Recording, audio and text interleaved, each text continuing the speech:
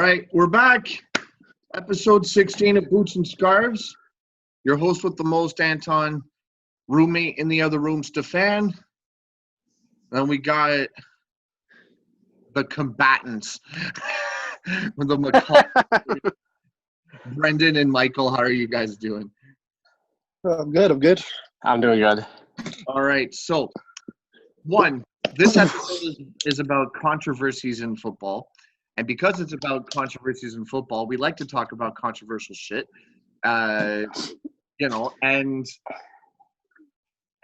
therefore these questions are meant to be as such. So a heads up, the third question and seventh question posed today, a little extra touchy, but that's our lane, so fuck you. Okay, so we're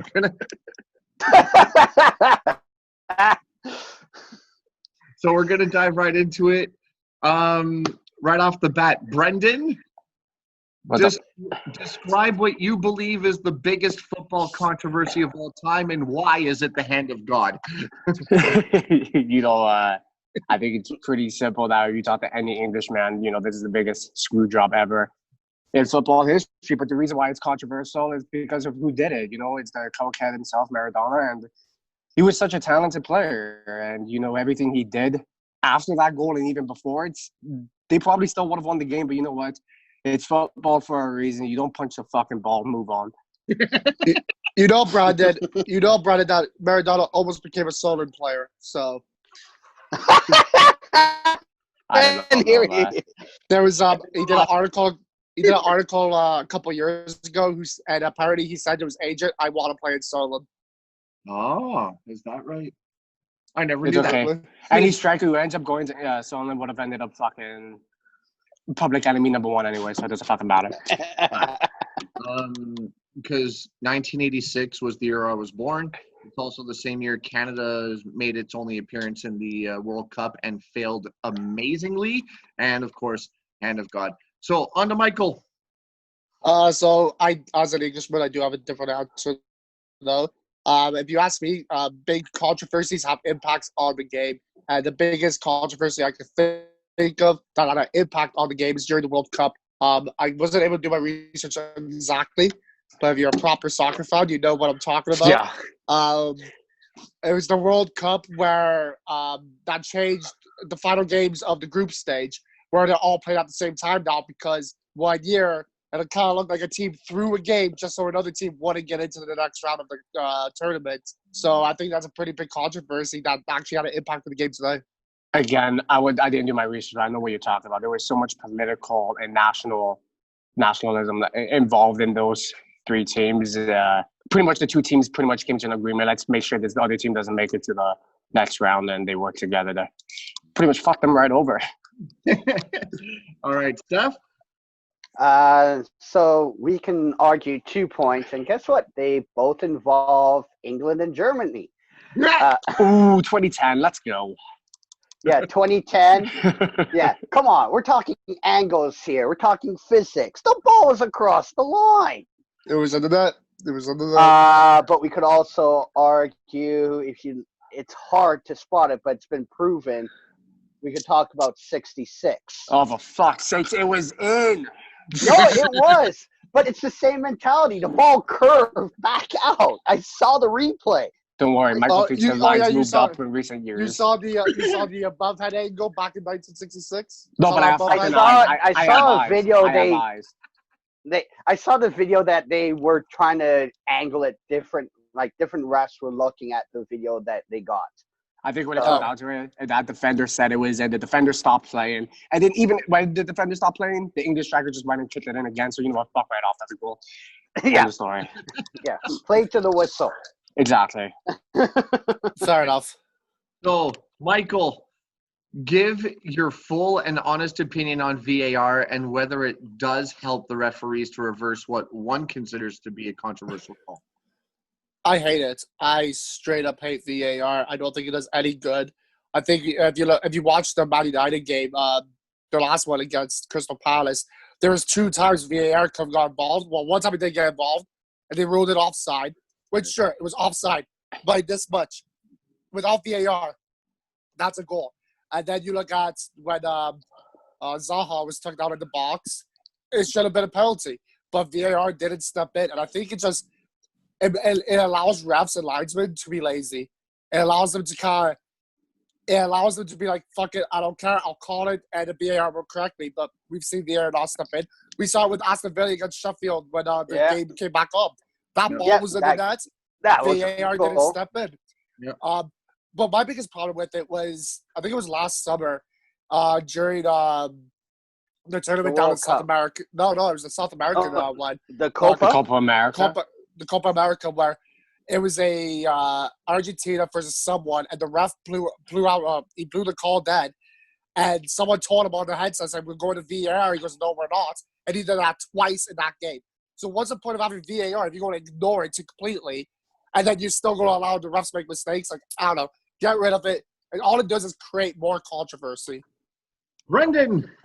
I think saying get rid of it is the wrong approach. I think it just needs to be fixed. I think video review is okay in certain cases, like the Lampard goal, where a ref literally can't make a decision. I think, though, when you have three guys looking at an offside play, if the ref's missing, you're missing. You know, we're watching a game where the athletes have milliseconds to react to what's going on. And that's part of the great thing about sports, right? You watch all these top-end athletes doing split-second decisions, and that could change the entire outcome of the game. The refs should be on the same pedestal. They have split-second decision-making, and they're the top refs in the countries in the world who ref at these levels. They're not fucking people who do Sunday night games on fucking beer league shit. I think it takes away from the game when everything is under scrutiny, and I think a lot of the great things in football would have never happened if VAR has been in for as long, if it was in any longer than what it has been now. So I think going forward, it just needs to be tweaked for maybe only goals or real, like, hard-lining decision-making. Like, if a pen, I think pens are okay to see if the player dived or not.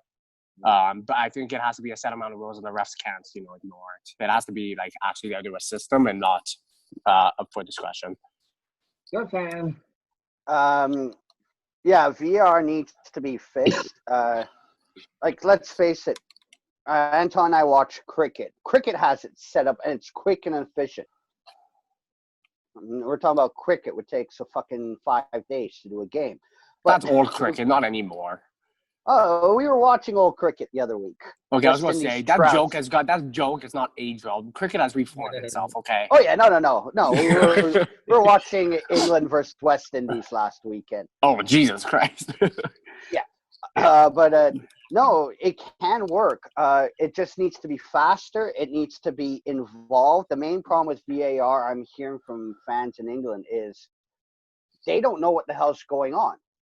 But everybody watching TV, they can see what they're looking at, no problem. I know in cricket, when they do the VR thing, they hear it on the PA system. The fans hear what they're talking about. The fans are involved as well and understand the decision-making process. If you're going to say, we're going to make a decision, you can't see what we're looking at, and you got Wembley filled with England fans, and you make a decision against England, do you really think they're going to be nice? Right. They need to understand how your decision came to be. We're all human. We're all rational, even though half of them are fucking pissed drunk. Yeah. So this needs to be fixed, trained. When they introduced VAR, like you look at sports like tennis, where, like when they have that technology to see where the ball landed on the line or on the other side, whatever. And, Hawkeye, yeah. And the, the umpire, the fans, the players cannot refute it. We all see it. It's like, okay, yeah, whatever. So I thought VAR was going to be a good footy version of that. But really all it's proven is that, the referees are still fucking up their job. Flagsmen, I thought it was going to help them with the offside because it's one of the toughest things to call in footy. And, there was a point. But you get where I'm going. Right? Anyway, on to the next one. So this is one of those questions that we said earlier that, put a little disclaimer, please, You don't like it, mute it and wait a bit. Right. So, Stefan. Yeah. how should racist behavior among supporters be dealt with, i.e., should the clubs be strictly liable, place the SGs and or have points deducted, or what do you think should happen? Do you want the PC answer? Or do you want my personal answer? Can one lead into the other? Yeah, personally, beat the shit out of the guy. That almost happened at a Fury game. Mark came running over to me saying, "We need you. You got to talk to securities." And apparently somebody's yelling racist shit. And I said, "Who is it?" He goes, "Well, I don't know. I heard it." "No, point him out." He goes, "Why?" "Because he's going over the stands." Who was it? Because I don't know who it was, but he said, "Well, it was in the song. We're saying your sister is your mother. Your uncle is your brother." Yeah. So I don't know if somebody threw something in, but that's my initial reaction. The PC answer, honestly, is okay. You lot right there, you three, you're suspected of it in this game. Out now. We're going to review the situation. If you are found guilty, now we could start talking about, okay, you guys are banned for the season. If it's a recurrence effect, okay, the SGs are banned for the season. If it's constant, all right, get the fucking club points deducted. You can't have, you need to show that you're willing to give people chances. Because if you go hard line, people will hard line right back. So you have to show that you're willing to give people a chance to learn, improve themselves. If they don't give that chance, people will say, fine, I'm always going to fail in your eyes. Fuck you. I'm going to fail on purpose now. Michael.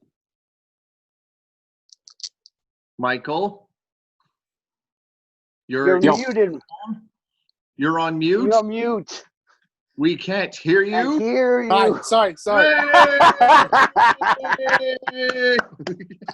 You're an embarrassment. My feed completely lagged out. I couldn't hear or see anything. And then all I heard was Michael. Okay. Sorry. So, unfortunately, it's pretty popular over in some Europe countries and Asian countries as well for racist stuff. Fortunately, we don't see it too much here, or that I'm aware of. But we do see it quite a bit. And a big question is, how do you deal with it? And I think a big thing, if it's a majority of the crowd thing, which we've seen before, I think a good answer or a good way to say it is closed-door games. They talk about taking points off of teams, deducting points and all this stuff. And it's hard for me to say that's fair for the players and the owners. And because, I mean, fans are stupid. Obviously, I'm not defending their fans, but I think the best way to actually do it is these people live, breathe, eat, sleep soccer. If you stop them from being able to go to the games, that's where I think you'll see the actual impact that it will stop. So I think if it does happen, after, like Steph said, you show them chances after 1, 2, 3 times, all their games, I believe, should be behind closed doors. On to Brendan. You guys are a bunch of bigots. No, honestly, I don't believe in a warning system for racism. You know exactly what you're doing. You know exactly what you're saying. You're a grown-ass man. Grow the fuck up and grow a set of balls. So it's either you stand by what you say or you get the fuck out. Now, when it comes down to the football side of it, I think the league, if it's a one-time occurrence, I think the league leaves it up to the team. If the team deals with it the right way, or if they don't deal with it, which I mean automatic bans for the people who are involved. And if the team, it keeps on having it happen, or if the team doesn't approach it the right way, I think the league steps in and tells them, listen, you didn't do this right. You're losing points. Or there's a fine, maybe not jump straight to points, because I agree to a point that it's unfair, but to the players. But I think it's absolute zero tolerance. And this is a beautiful game for one reason only. It's anyone and everyone can play it. And I don't believe in racism having warnings. I don't believe in the cancel culture by any sense of it. I mean, but context is everything. Yeah. But when you're at a football game and you start chanting, racist slurs towards the one black player out there, I don't know what it's not funny. I don't get it. It's absolutely disgusting. And like I said, you're a grown ass man, so either stand by what you say or shut the fuck up and get the fuck out. There's no time for it. There's no tolerance. Fuck off. Yeah, well, to add on to that, when we were in Nassau, we had Atlanta Silverbacks. Yeah. So at first, it's like, oh, we can make fun of them about gorillas. So like, oh wait, no, that's a bad idea. Wasn't their keeper black? Like, I wasn't don't know, and I didn't care. No, My but no. first The reason thought why I was- said that, no, the reason why I said that, there was one really short keeper in the NASL then. There was one really short one. I'm pretty sure it's him. He might have also played for Minnesota. I'm not sure, but I know there was one. But he was Yeah, fucking but hilarious. it's that sort of mentality. No, I agree with if it's the large group constantly doing it. If it's like, let's say I went to a game and I was caught doing monkey chants, I expect me to be banned for life. Simple as And that. you should be. But what I mean is the chances are like, look, if this is your supporters group problem, you guys are constant. There's the fucking door. Get out. It's not one individual. I want to nip it in the bud. If it's not just one, it's the whole fucking patch. Get rid of the patch. Patch is dead. It's when you trim a tree, right? If the branch is dead, you get rid of the branch. You don't cut down the fucking tree. If you get rid of the tree, there's no more there. Yeah, but you still need the tree though. Says who? Depends. It's that tree making you money with fruit, mangoes. Probably not. Probably not as much as. I'll tell you this. Probably not as much as you think. I've trimmed a few trees in Jamaica so I can have good mangoes. Trust me. It's worth trimming a couple dead branches so you can have juicy mangoes. We're gonna have the starting 11 stumps. Yeah, basically in every forest. Okay, Brendan. So a completely different direction now from that topic. Something dead simple. Do you think there should be a salary cap in footy? Well, there is. You know, you look at the North American side, there is one. And then even in Europe with the financial fair play, there is a salary cap. No matter what way you look at it, there is rules to how much you're allowed to spend. Do you fucking mind?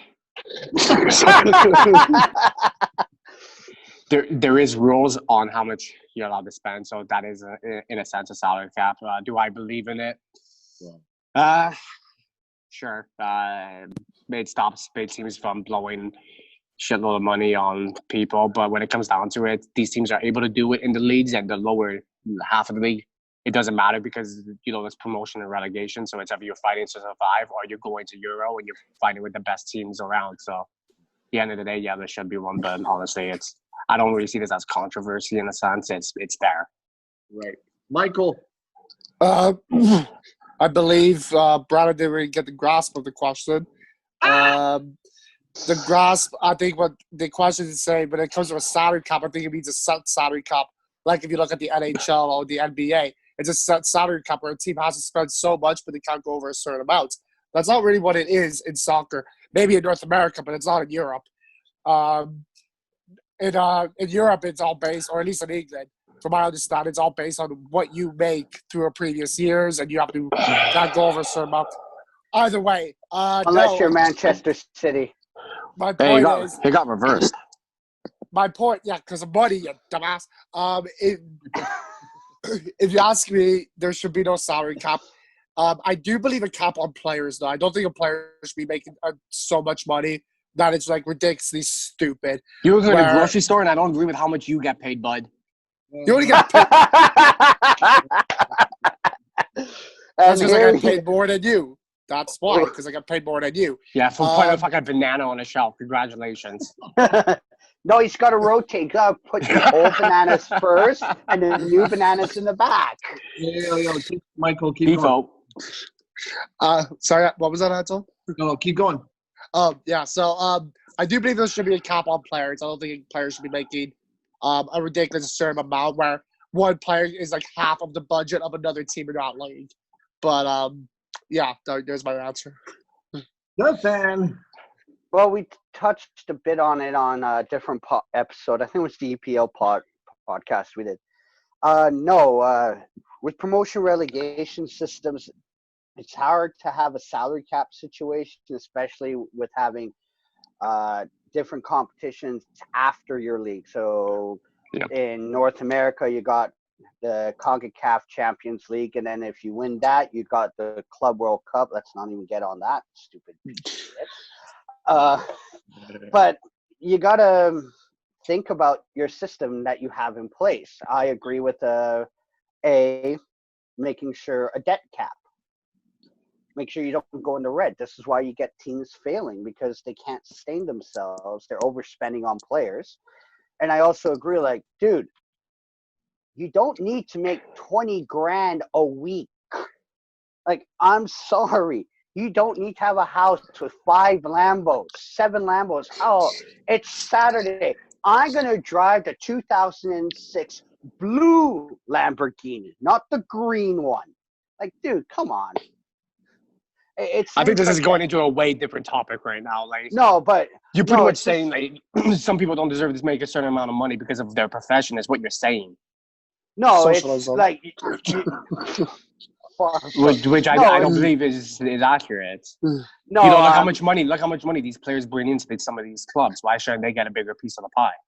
No, and that's the thing is why they're making so much. Again, I have a book on a manager complaining about players. It says that what ruined the game was agents, because they can whisper sweet nothings. Yeah, I know. I got books on everything, but I'm more for the debt cap versus a salary cap.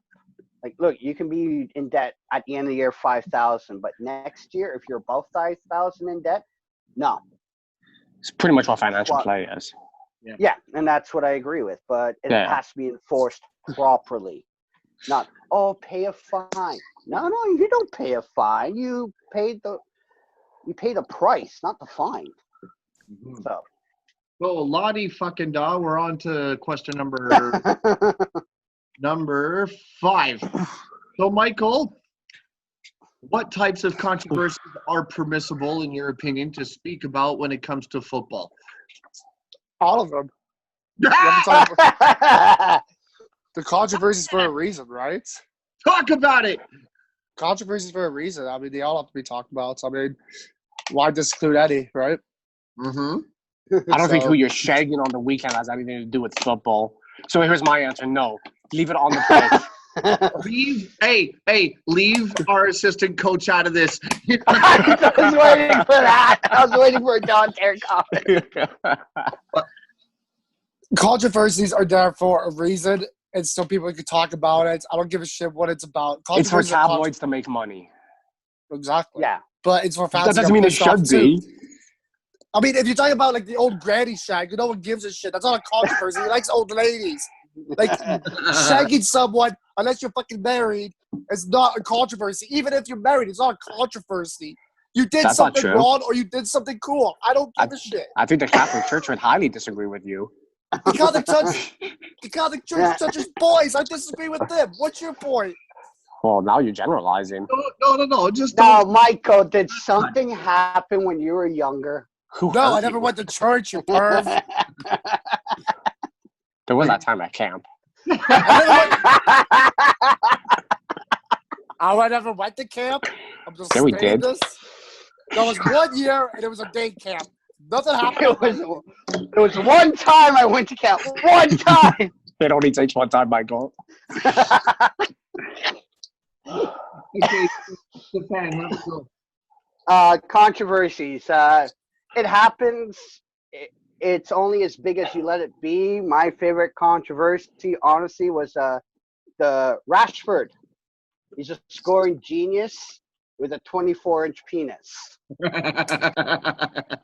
But when Christian Benteke played for Villa, because he was always fucking offside. He was. One game, the fans were saying, "Your knob is offside. Your knob is offside." Christian Benteke, and the whole tent's just fucking going mental. And you see him talking to Gabby, and then he turns around and just starts smiling, nodding, big shit-eating grin. So he understood what they're talking about. Hey, he's just like, yeah. Some people take it as a joke. Some people take it as an insult. And that's a controversy. Like, we can think a ref is a horrible person when he's actually a decent guy. We just think he's a horrible ref, but we call him a horrible person because, well, we don't see him as a ref. So, Brendan, do you want to add anything else? Leave it on the pitch. Football controversies on the pitch should always be talking about any player's life as long as it doesn't involve, if you have fucking, and this will come into it later, but if you have somebody who wants to, what's the word? I don't know, whatever. Cocaine, you want to talk about drug addict. Somebody who does self-harm, I think, you leave it alone, hope that guy gets help, but talking about if, should he be playing or not, as long as he's not hurting anyone else. But I think once they commit a crime or whatever, the courts are there for a reason. We are here to watch football. I judge football. I truly do not believe that, Brad. I don't believe I judge you. I judge you as a off. football player. Yeah, we'll fucking get into it later, but God, what I'm going to fucking say. I judge you as a fucking You're football full player. of crap.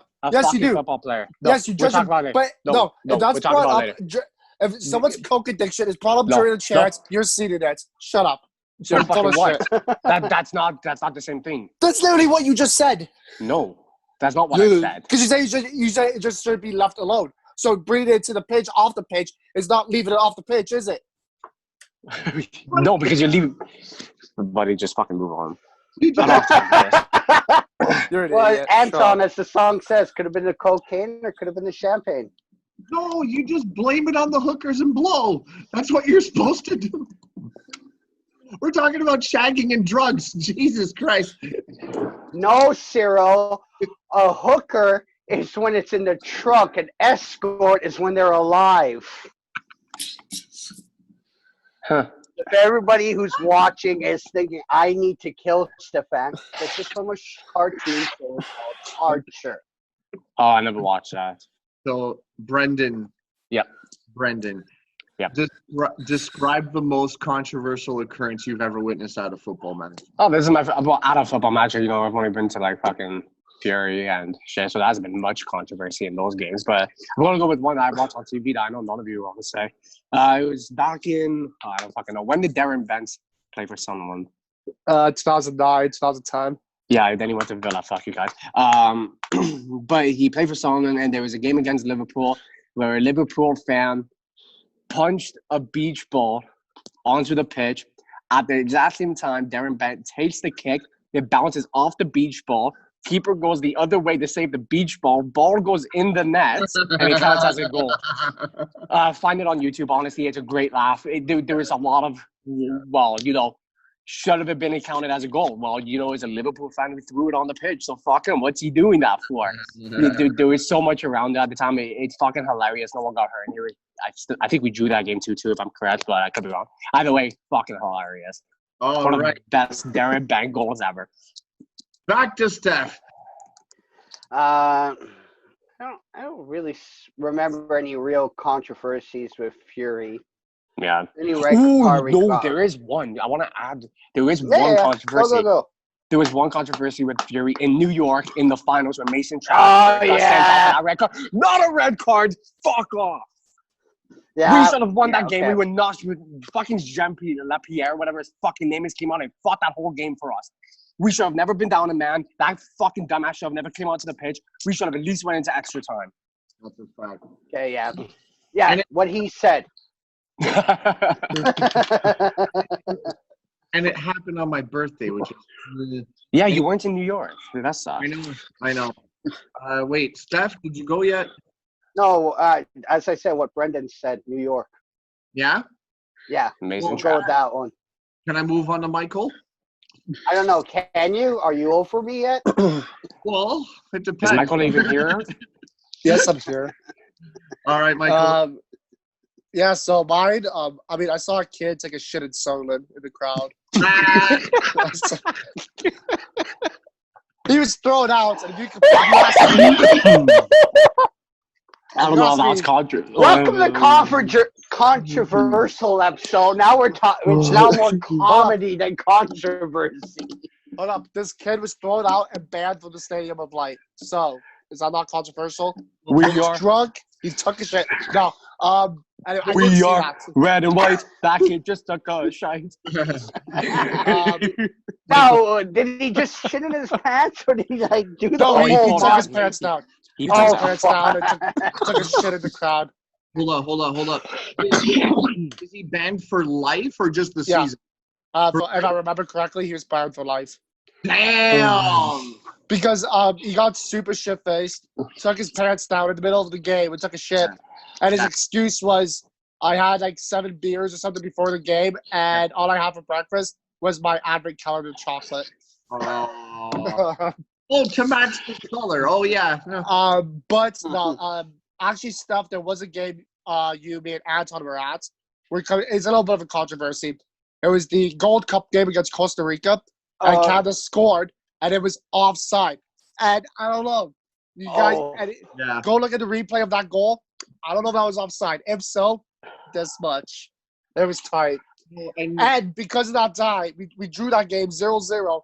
We were eliminated from the Gold Cup. That win would have put us on to the next round. Right. But it also gave us a cool story to tell. Fucking bags. Fucking bags. Facts. Okay, Michael again. So now this is the other question that we also need to put a little disclaimer on. Okay, disclaimer. Cool. All right. Do female referees who officiate men's matches suffer less or more abuse from the fans than their male counterparts? If so, why? From what I've seen, from what I noticed, they get less. I feel like a lot of the time, people won't say stuff, or they won't say anything abnormal or off the stretch because it is a female, and if you can be looked at as kind of an asshole or sexist or whatever it is.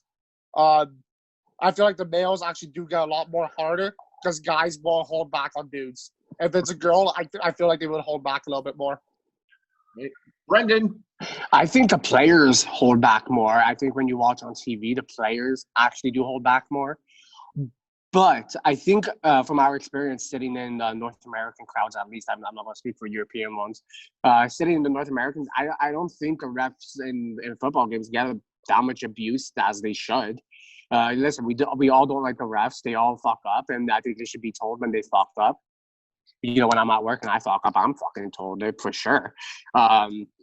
If they're a chick or not, I don't know if it makes a difference. From what I could tell, no, they get the same. They might get a couple of different remarks, but I think it's the same amount of abuse. I don't think they get more, and I don't think they get less. I think it's pretty fucking even. Mm-hmm. All right, Stefan. Game day, they get less a bit, but what I found online is they get a huge ton of flack. Like, they are really... Yeah, okay, yeah. But honestly, what I think it is the people throwing the flack don't realize how hard these refs have to work to get to that level where they are. The amount of games they have... Like, you have to ref X amount of games to be certified a certain level. But guess what? They do this all amateur, part-time. They don't do this as their job. Yeah. So the flack that I see online, all I can think is, do you guys know how the reffing hierarchy works? Right. Do you understand the process? So, and there's but Canada, there's different levels of licensing too, yeah? Yeah, that's everywhere. It's a whole FIFA system. I've never heard us go harsh on a female ref nor linesman in Ottawa. We just can't call him a wanker. Well, you could. Yeah, we could technically, but then we have to question. No, you just have to call them a flicker or something. Yeah, there you got to question, well, are they into guys or into girls? And then it's a whole different discussion. Masturbation has nothing to do with what you're into. Why does your sexuality matter? I can tell a male flag guy shove his flag up his ass. Doesn't matter what the fuck he's into. Right. When we call out a ref, it doesn't matter what the fuck if he's gay or not. I don't give a shit. He made a bad call. I was at a game. It was Toronto versus Orlando. May 2-4 long weekend a couple years ago. And I was there. Of course, it was my cousin. I was drunk, and I yelled at the linesman, "Hey, you cocksucker! You can't call worth shit!" And my cousin Stefan. Great banter. And I just turned around. "Hey, you twat munch!" And she goes, "Why did you change it?" Well, straight guys don't like to be called a cocksucker, so I figure it's the inverse for gay guys. Right. And my cousin's like, okay, that makes some form of logic. I said, yeah, it's papa logic. So last year with Fury, there was one game. I forget which game it was, but there was one.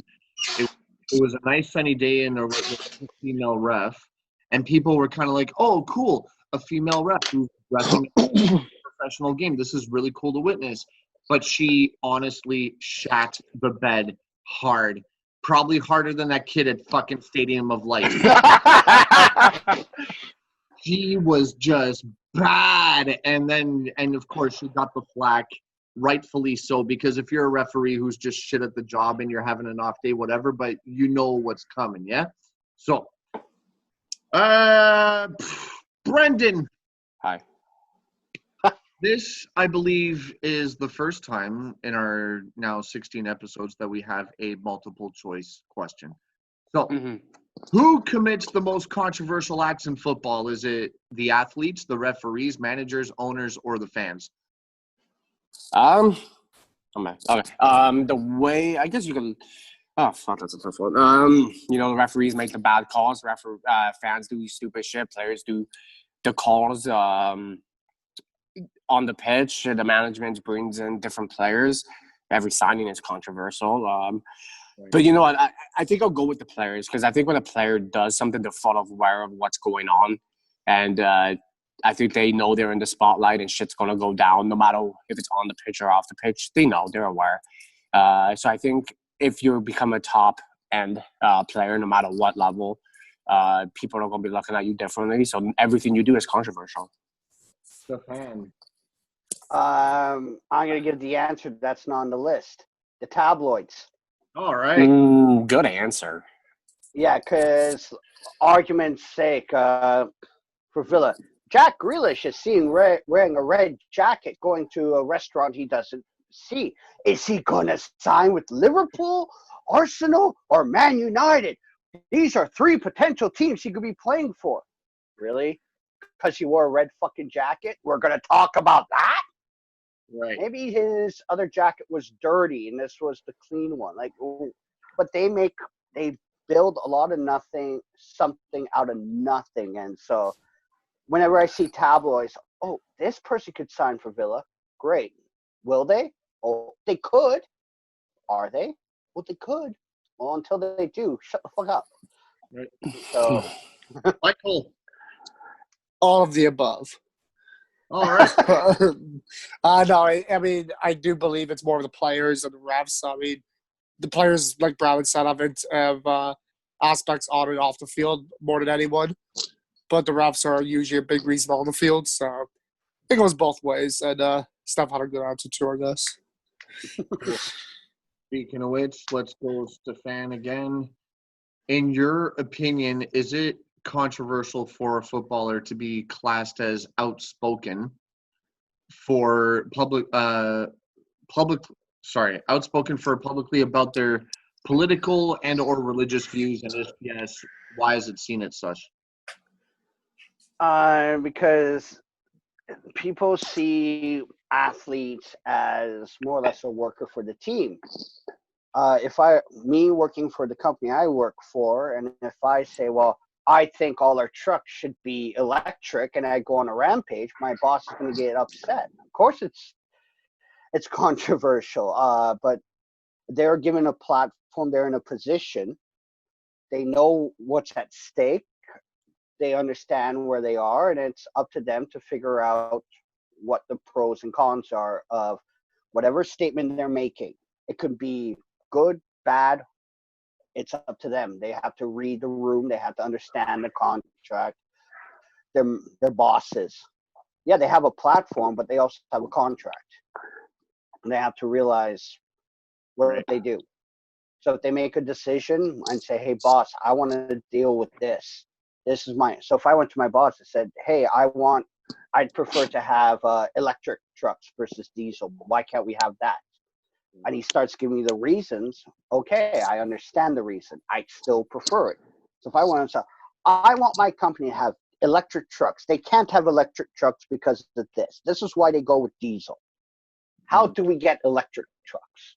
That's a whole different discussion. Instead of me just going, my job has diesel truck. I want electric. They don't want electric. Right? You don't give a reason for your stance and saying that you discussed it with your bosses, then I'm sorry. Right. Dude, you're an employee at the end of the day. You may make millions, but you're an employee. And to quote Peaky Blinders season 1, we're all prostitutes. We just sell different products. That is a fact.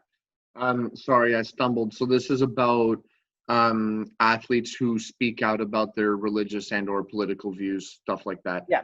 Okay, Michael. It's a good thing you did that because I was about to say, sorry, what's the question again? Yeah, me too. I was like, what the fuck is he going about? No, I'm sorry. I stumbled. That's my bad. That's all right. It's a blurry line. You're paid to play the game. For the most part, I said keep your mouth shut because no one cares and you're not paid to care. But when you look at political situations where it's like if you look at recent events with the whole Black Lives Matter and everything, obviously you have celebrities and athletes showing support and coming out about their points of views with it. Basically, it's shut up if you don't agree with them. If you do agree with them, have as much fun as you want. I think that's where it goes with a lot of controversies and political stances. If you're with the majority, have fun speaking. If you're with the minority, shut the hell up because you're now will be hated. But for the most part, I don't believe it matters. I think you see it a lot of the NHL, especially at the end of the season, where teams win the cup and they got to go to the White House to meet the president with the cup. And we've seen it before where a lot of players like, I don't agree with this president. I'm not going. I don't agree with it. It has nothing to do who's in office. To me, it's an honor of going to the White House. It's not supporting who's in the White House. It's who's at the. It's going there, not who's there. And I always get mad when players bail out, even when it's either someone doing it for Trump or when Tim Thomas did it for Obama. I don't agree with it. For the most part, just keep your mouth shut because that's not what you're paid for to do, right? Well, Brendan. Jesus fuck, you guys know how to bore a question. What was the question again? I got this point.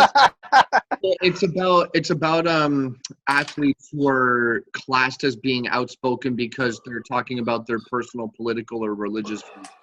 Should they be classed as outspoken? Yeah. Well, yeah, you're outspoken. You're fucking speaking out. Like, there's no other way of looking at it. And the shit that. Do you think like there's a place for it? Do you think it's necessary? Do you think it should be? Keep it to yourself, or do you let them say their piece? Like, to quote Will Ferrell from The Office, "Let's leave politics out of the office. I like you as the funny guy." You get paid to play football. Play football. When it comes to other stuff, there is some things that you have to speak up against. You have to speak out against racism. You have to speak out because if not, it's not going to change. It's just as simple as that. Right. But should they be ridiculed for it? No, everyone is entitled to their opinion, and if they feel strongly about something, no one should be judged about what they believe. Right.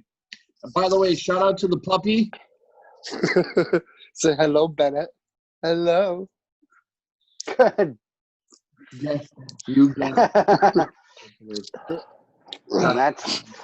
And that's how you can put down the hashtag for the algorithms on YouTube. Puppy. All right. Paddle. Last 2 questions of the day. Thank you guys again for your time and your patience. Yep. Brendan, so when someone from the world of football whom you respect or you look up to, does something and they do something controversial, so like does your view on them change? I know I'm going to get in shit for this, but this happened to me. My favorite player was in a controversial scenario, and it hurt me. Adam Johnson went down for a pedo, and he will probably never play a top-flight English football game again. And he was an exceptional player. The game before he went to court, he scored 2 goals against Liverpool. I was able to see him play in Toronto when someone came in. Adam Johnson, everything he did, it raised a lot of questions. Should players be ridiculed for what they do off the pitch? And of course he did. He's in jail. He committed a crime. But then people start talking about, well, was the crime his fault or was it, the country's fault? So that the legal age was indifferent. He said, if I knew I was going to get 3 years of prison, I would have done a lot more than kiss her. Does my opinion of the man himself change? It does. But as a football player, it will never change. You're good if you're good. You're not if you're not. Michael? Yeah, so again, I don't believe Brandon understood the question. He said, Oh, for fuck's sake. I'm sorry.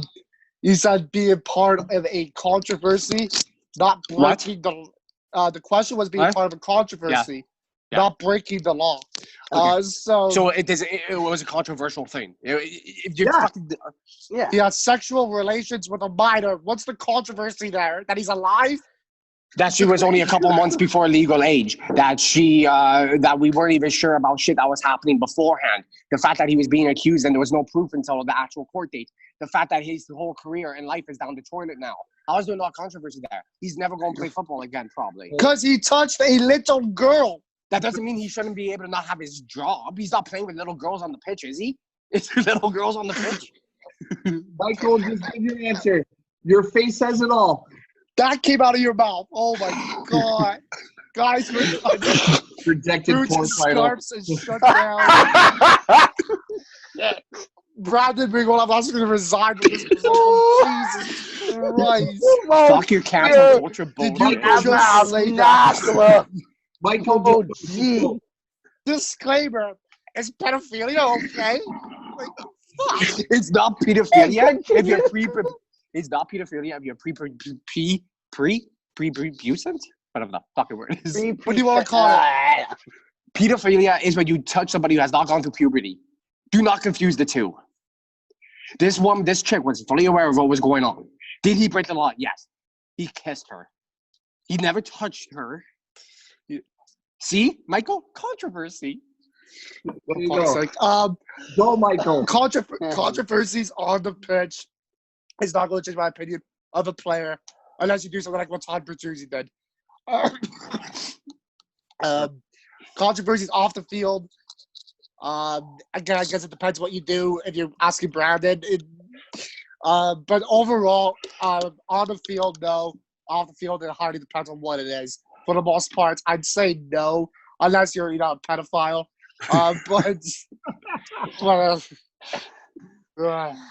I think his actual crime was like for grooming. I don't think he was actually sentenced for pedophilia, by the way. I just want to make that. I'm trying to remember now. I don't think so. Yeah, so let's not give him a title that he wasn't even convicted of, okay? He's still in prison. So Only for like a couple more months. Who Who knows? He might come over to the CPL. You know when the striker is going at full speed ahead to chase the ball to get it before the goalkeeper gets it, right? And in the usual scenario, the goalkeeper gobbles it up right at the last second. And the striker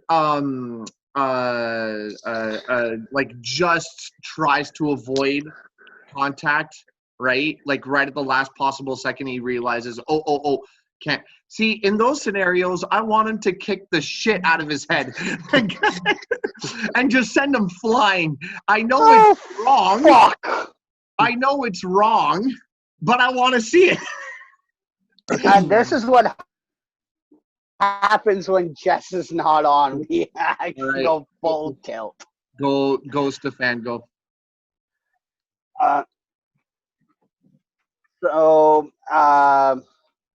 My dad told me this after, I think it was the last time the Leafs kicked the Sens out of the playoffs. Why did you punch the wall? I was angry the Sens lost.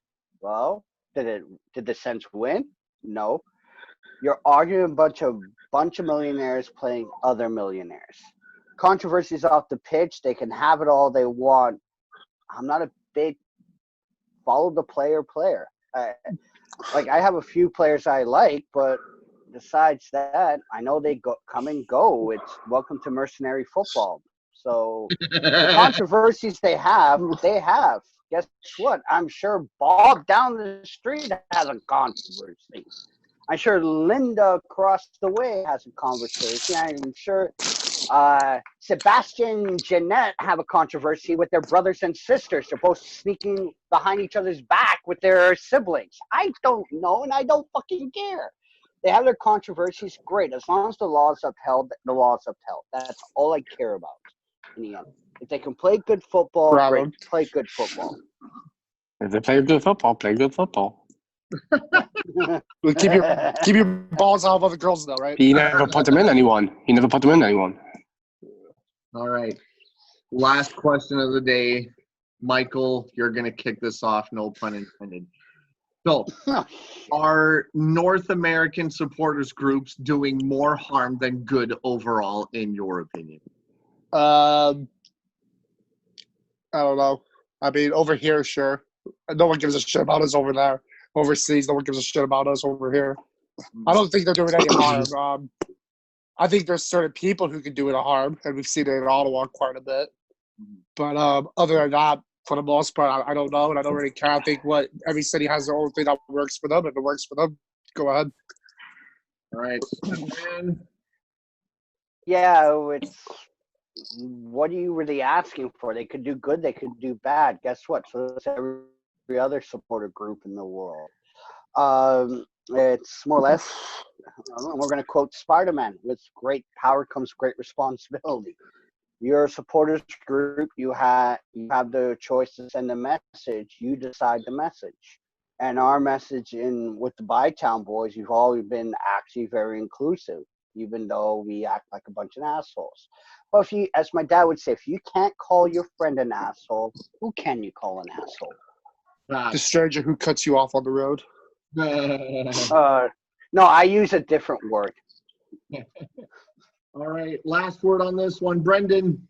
When I proposed this question, there is a reason for it, and it's how the Europeans look at the North American fan base. Now, England has its firms. Most European places have their ultras, but for the most part, there is no support groups. They go to the games, they have a supporting section. There's not a lot of groups. They don't go and start their own groups for different petty, stupid reasons.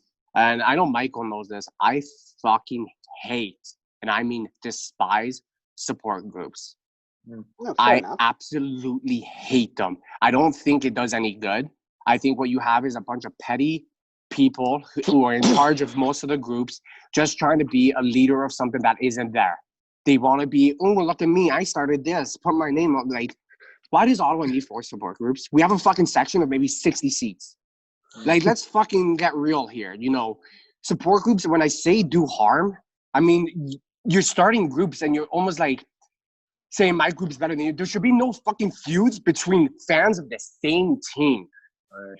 There shouldn't be anybody going, my group's better than yours because we sing a different song. Are you fucking kidding me? It's high school petty clique drama bullshit that isn't needed. When I go to a football game, I'm there for 2 reasons: to watch the football and have a great time in a section. When there's feuds or when there's tension between groups, there isn't a good time. It's not fun. And I think North American support groups are trying to do way too fucking much. Like when we started, it wasn't me, I'm not going to say when we started, but when I joined the Red Scarf Union of the Ottawa Sounders there, me and I know Graham, he had his own support group as well. Yeah. There was feud between the two, and it blew my fucking mind. Yeah. Oh, I know. So we also had a meeting with the Ottawa Sounders, and we go have a meeting. It was on a fan festival day. We go in and have a meeting. There was one chick with Graham. I don't know her fucking name, but God, she rubbed me the wrong way. She had this fucking idea that we were gonna become like this, like fucking almost like business type thing. Yeah. It's like it's a support group, and she's fucking in there. It's talking about wanting to join Boys and Girls Club and get involved. Yeah. Buddy, I'm here for the sport. I'm not here for fucking donating my time. Like, what are you talking about? This is a support group. If you want to go start your own charity, start a fucking charity. You want to go start trying to make money, make some fucking money. Support groups in North America try to be way too much. It's all petty bullshit. And it needs to stop. We should all just be one fucking thing. We shouldn't be the Bytown boys throwing money around it or whatever the fucking other shit that just joined. Be one section, be loud, be proud, and don't be fucking petty. No, I have to I have to agree with you. Because and shout out Bennett's dick in the fucking man. Hear that? You get shout outs. Because for me, the way I look at it, the way I've always looked at it is that, like you said, the objective is very, very dead simple.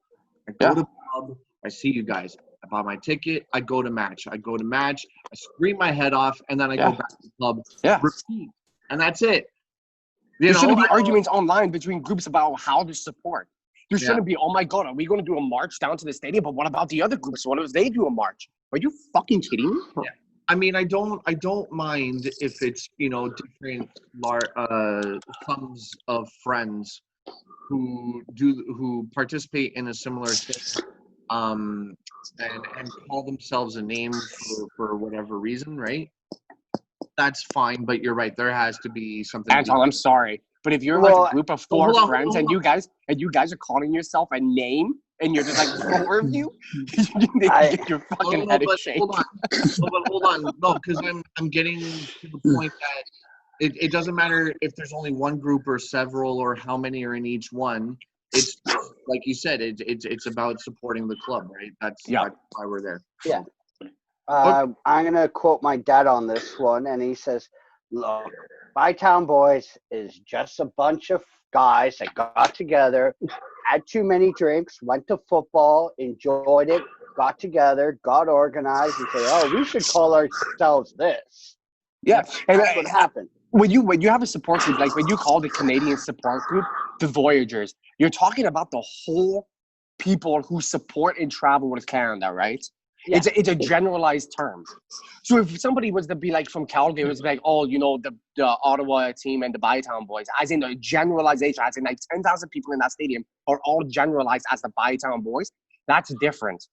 That's completely different. But when you go in with the intent of trying to run your own section and because what you're trying to do is exclude people.